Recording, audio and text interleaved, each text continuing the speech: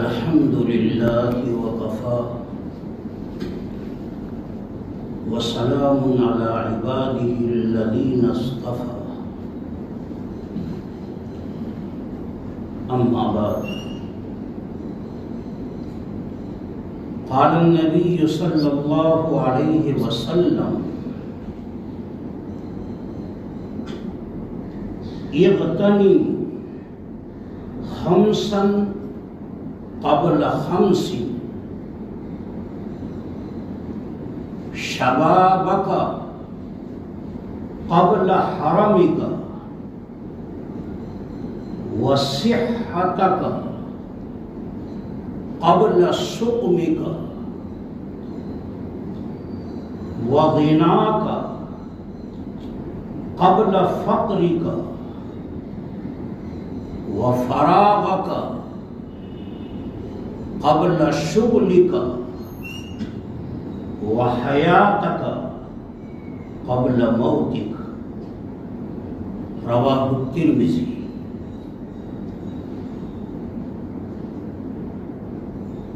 محترم بزرگوں اور عزیز نوجوانوں، پچھلے جمعہ کو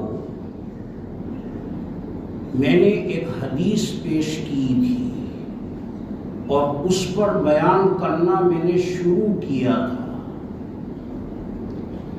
وہ حدیث پاک تھی الناس كلهم حالقون الا العالمون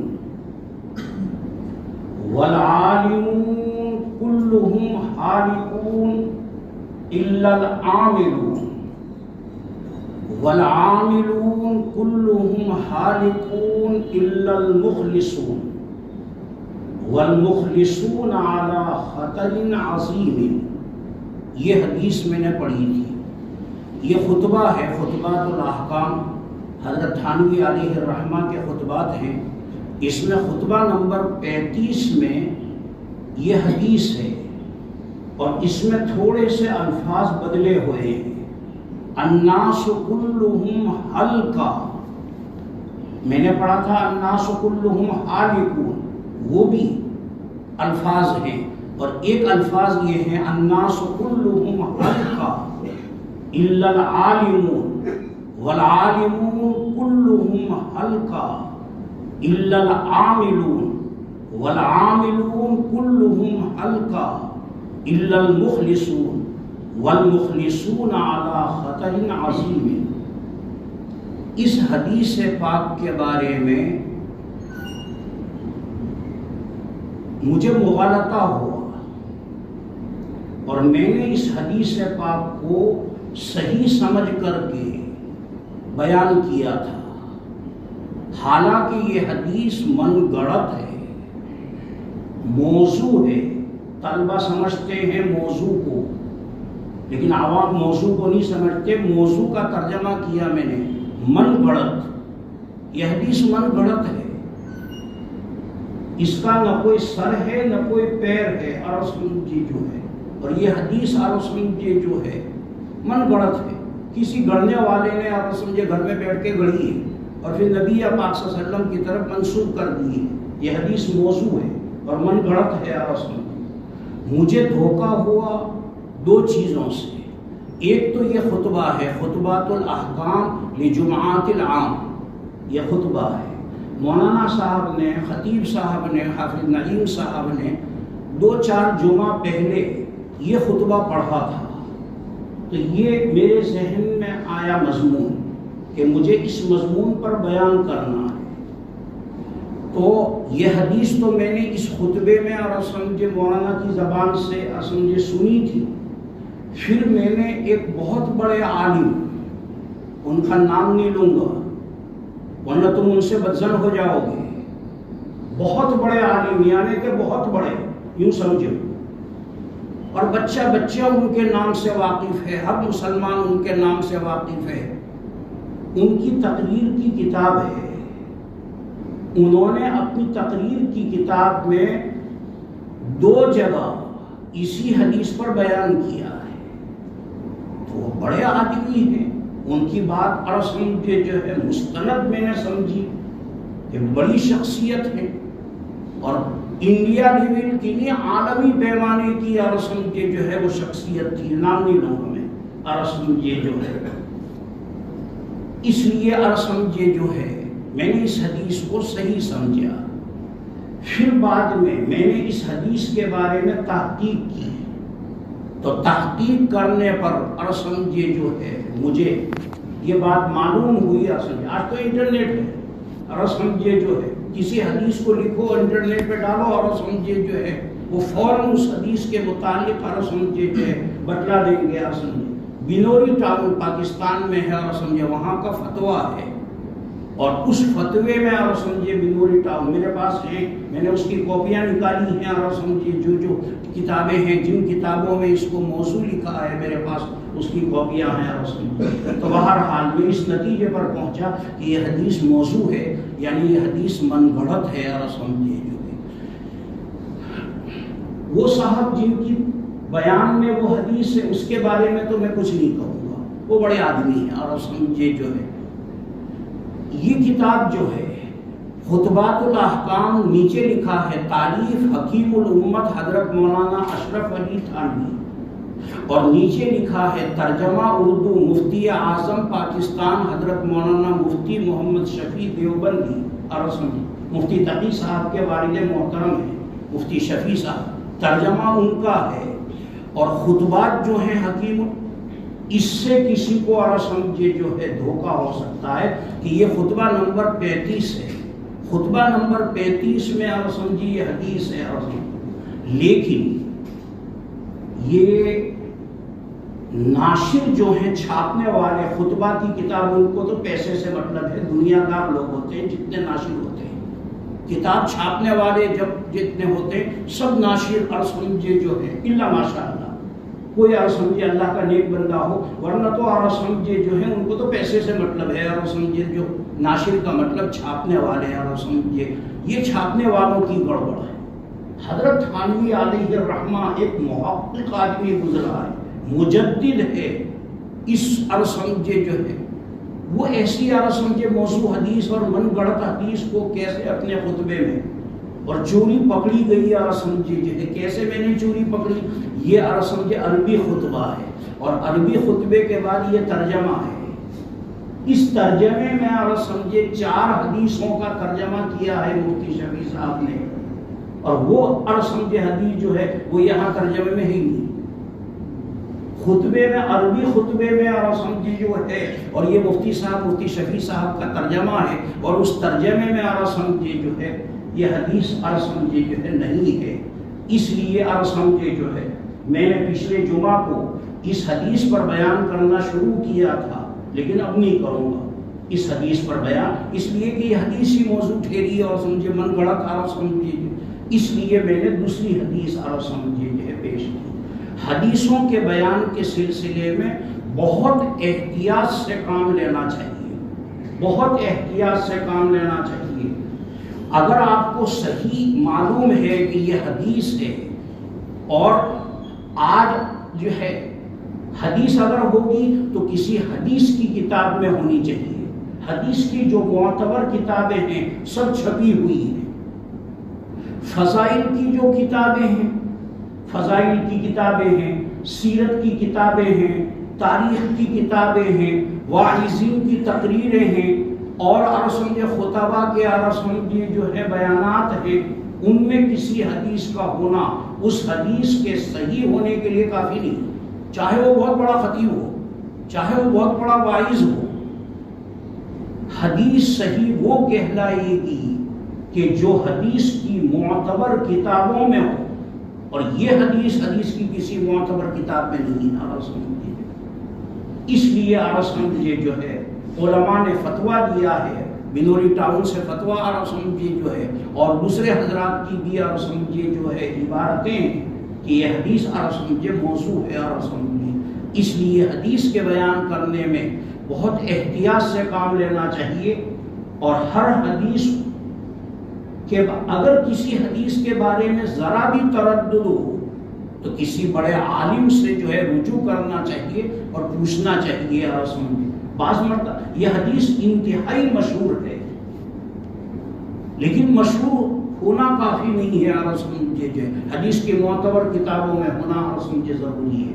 بہرحال اس لیے جو پچھلے جمعہ کو میں نے بیان شروع کیا تھا اور میں نے کہا تھا کہ کئی ہفتوں تک یہ بیان چلے گا، اور سمجھے اب وہ مضمون میں نے چھوڑ دیا ہے، اور اس مضمون کو چھوڑ کر کے آج میں نے ایک دوسری حدیث پاک پیش کی ہے، اور وہ حدیث پاک ترمذی شریف کی ہے کہ جو کتاب میں 30 سال سے پڑھا رہا ہوں، وہ کتاب ترمذی شریف حدیث کی کتاب ہے، اس میں آپ سمجھیے یہ حدیث ہے۔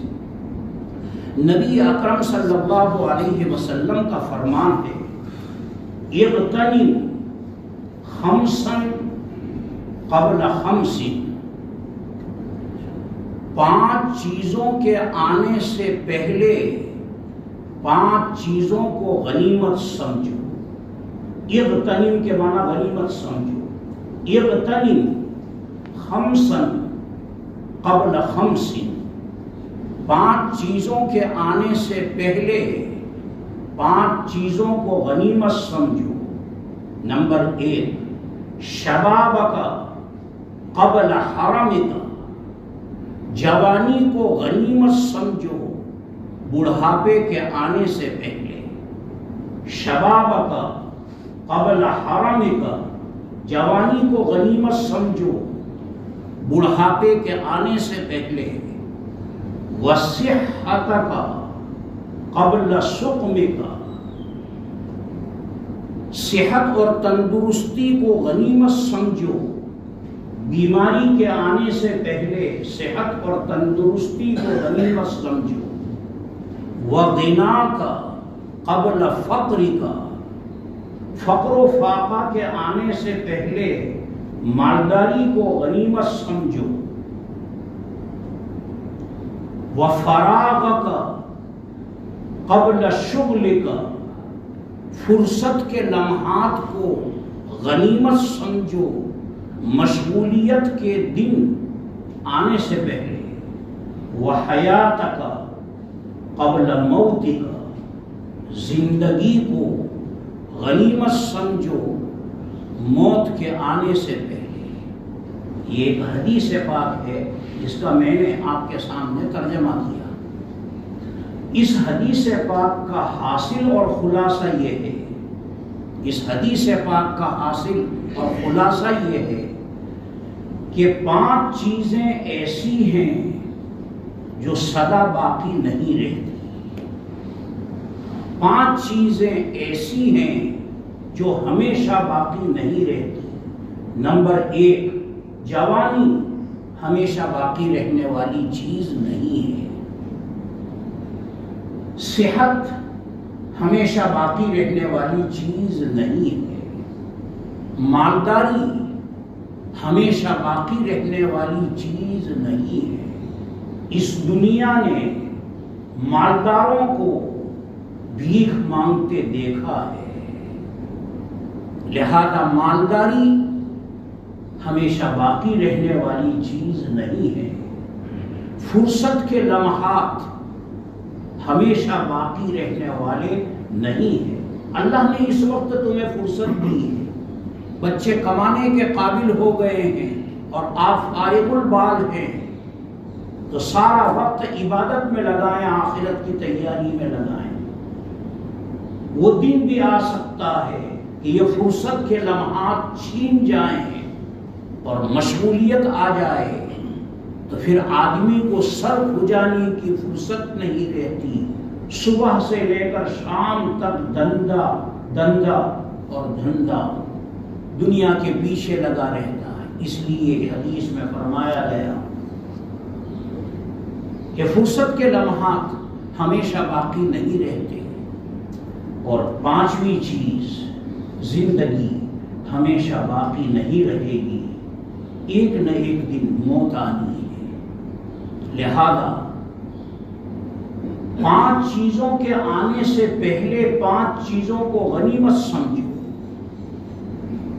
بڑھاپے کے آنے سے پہلے جوانی کو غنیمت سمجھو، بیماری کے آنے سے پہلے صحت کو غنیمت سمجھو، اور فقر و فاقہ کے آنے سے پہلے مالداری کو غنیمت سمجھو اور مشغولیت کے دن آنے سے پہلے فرصت کے لمحات کو غنیمت سمجھو اور ملک الموت کے آنے سے پہلے زندگی کے لمحات کو غنیمت سمجھو، اور جو آخرت کی تیاری کرنی ہے اور جو اعمال صالحہ کرنے ہیں کر لو۔ اگر دیر کرو گے تو 5 چیزوں میں سے کوئی ایک چیز آ جائے گی، اور جب 5 چیزوں میں سے کوئی ایک چیز آ جائے گی تو عمل کا موقع ہاتھ سے نکل جائے گا۔ پہلی چیز حدیث پاک میں جو بیان کی گئی وہ جوانی ہے۔ بڑھاپے کے آنے سے پہلے جوانی کو غنیمت سمجھو۔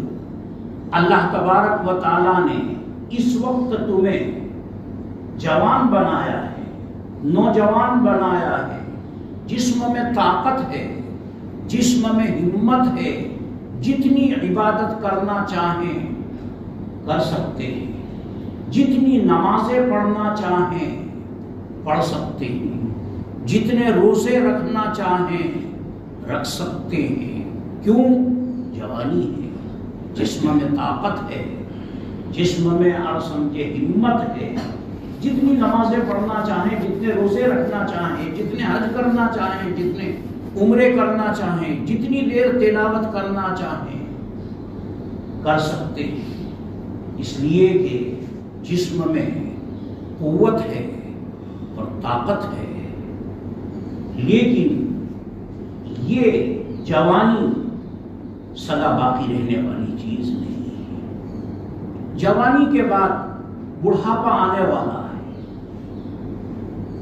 اور اگر بڑھاپا نہیں آیا تو بڑھاپے سے پہلے موت آ جائے گی۔ 2 ہی راستے ہیں، تیسرا کوئی راستہ نہیں۔ جوانی کے بعد یا تو بڑھاپا آئے گا یا جوانی کے بعد موت آئے گی، تیسرا کوئی راستہ نہیں۔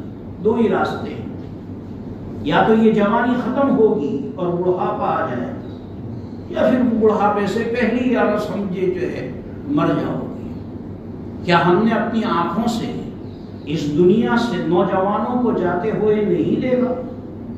کیا ہم نے بچوں کو اس دنیا سے جاتے ہوئے نہیں دیکھا؟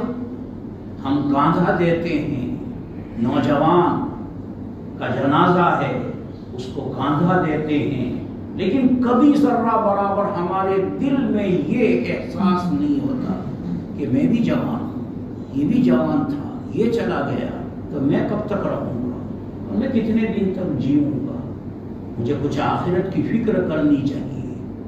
لیکن جب کسی کو سمجھایا جاتا ہے، نوجوان کو خصوصاً نوجوانوں کو سمجھایا جاتا ہے کہ اپنی روش کو بدلیں، بے راہ روی کی زندگی سے توبہ کریں،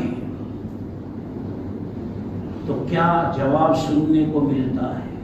ابھی تو جوانی ہے، جوانی دیوانی ہوتی ہے، ابھی تو جوانی ہے، جب بوڑھے ہو جائیں گے تو آخرت کی تیاری کریں گے اور آخرت کی فکر کریں گے۔ کیا آپ کو یقین ہے کہ آپ بڑھاپے کی عمر تک پہنچیں گے؟ اور بڑھاپے سے پہلے اگر موت آ گئی تو؟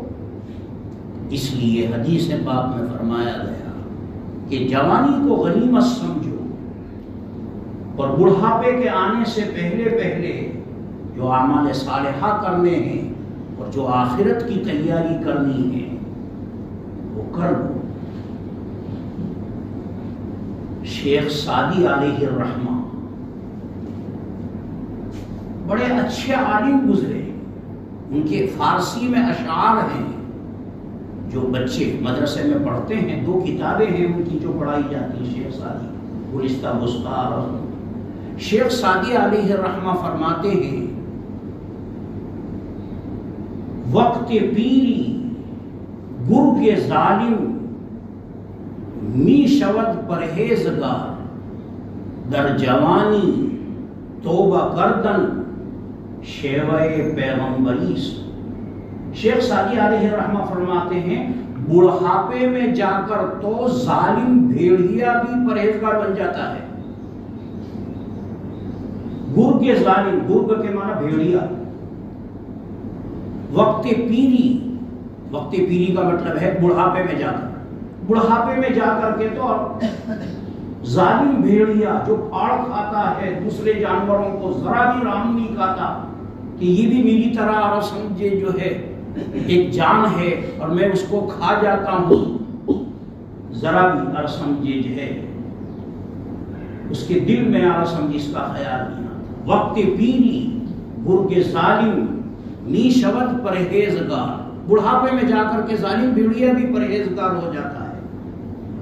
پرہیزگار نہیں ہوگا تو کیا کرے گا؟ منہ میں دانت نہیں، جسم میں طاقت نہیں شکار کرنے کی، اور سمجھے پڑا ہے، اور سمجھے جب مرنے کے لیے پڑا ہے، کھائے گا نہیں، شکار نہیں کرے گا تو کھاوے گا کیا؟ اور سمجھے جو ہے تو اب وہ اور سمجھے ظلم سے اور سمجھے جو ہے توبہ کر لیتا ہے کہ اب کسی کا شکار نہیں کروں گا۔ ارے اب کیا ہوتا ہے اور سمجھے وقت پیری گرگ ظالم می شبد پر در جوانی توبہ کردن شیوہ پیغمبری، جوانی میں توبہ کرنا یہ پیغمبروں کا شیوہ ہے، یہ پیغمبروں کا شیوہ ہے۔ اس لیے میں نوجوانوں کو خطاب کرتا ہوں، جو بوڑھے ہیں انہوں نے تو اپنے پیر قبر میں لٹکا لیے ہیں، انہوں نے تو اپنے پیر قبر میں لٹکا لیے ہیں، اب اور سمجھے جو ہے وہ توبہ نہیں کریں گے اور آخرت کی فکر نہیں کریں گے تو کیا کریں گے؟ اور سمجھے ایک بزرگ کا قصہ ہے، ایک بزرگ کی ملک الموت سے ملاقات ہو گئی، ایک بزرگ کی ملک الموت سے ملاقات ہو گئی تو بزرگ نے ملک الموت سے کہا یار تم بھی عجیب آدمی ہو، جھولا لے کر کے تھیلا لے کر کے پہنچ جاتے ہو اور سمجھے پہلے سے کوئی نوٹس نہیں بھیجتے ہو،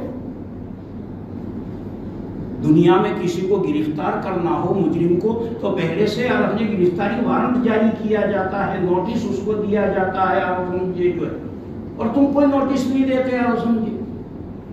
تو ملک الموت نے جواب دیا کہ میں تو اتنے نوٹس دیتا ہوں کہ دنیا کی کوئی عدالت اتنی نوٹس اور سمجھے نہیں لیتی، میں اتنے نوٹس دیتا ہوں لیکن میرے نوٹس کو لوگ نوٹس سمجھتے ہی نہیں۔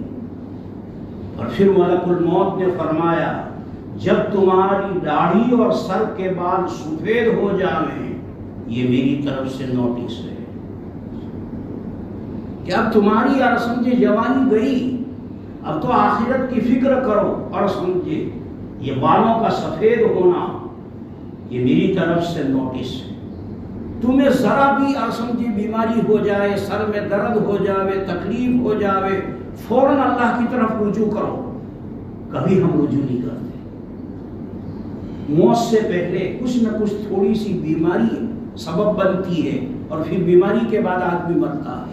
تو فرماتے جب تمہیں بخار ہو تو سمجھو کہ میری طرف سے نوٹس ہے، جب تم آرہ سمجھے دادا بن جاؤ اور نانا بن جاؤ تو یہ میری طرف سے نوٹس ہے۔